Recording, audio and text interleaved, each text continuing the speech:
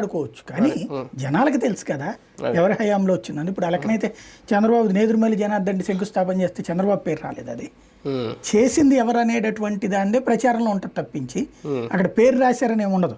నేదురుమల్లి జనార్దన్ రెడ్డి శంకుస్థాపన చేశాడు కానీ దాన్ని లైన్లోకి వచ్చేటప్పటికి ఈయన పేరే ఉంది కదా, చంద్రబాబు పేరే గుర్తుంటుంది కదా.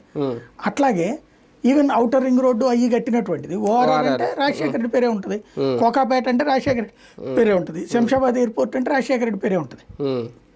అలాగే సాగునీటి ప్రాజెక్టులు అంటే రాజశేఖర రెడ్డి పేరే గుర్తుకొస్తుంది.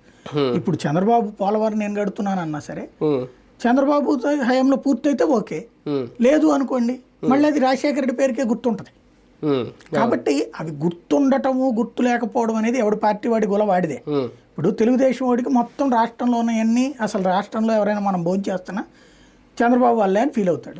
అలాగే జగన్మోహన్ రెడ్డికి సంబంధించినటువంటి వైఎస్ఆర్ కాంగ్రెస్ పార్టీ వాళ్ళందరూ రాజశేఖర రెడ్డి భిక్ష పెట్టకపోతే మనం తినలేదని చెప్పి ఫీల్ అవుతాడు. కాబట్టి వాడి గొల నాడికి వదిలేద్దాం. అదేదో దాన్ని ఏమంటారు వ్యక్తి గొల అది. ఆ గొలానంద లహరిగా వాళ్ళు ఎట్టాగా ఉంటారంటే సినిమా హీరో ఫైట్ చేస్తే రైళ్ళు ఎగిరిపడిపోతాయి అని ఫీల్ అయిపోయేటటువంటి వాళ్ళు. అలాంటి మూర్ఖుల గురించి మనకు అనవసరం. మామూలు తటస్థ వ్యవస్థ ఏం చూస్తుంది, ఎవరు ఏం చేయగలరు, ఎలాంటి అడ్మినిస్ట్రేషను. చంద్రబాబు నాయుడు మంచి అడ్మినిస్ట్రేటరు, ఇది అంతకుముందు ఉన్నటువంటి పేరు.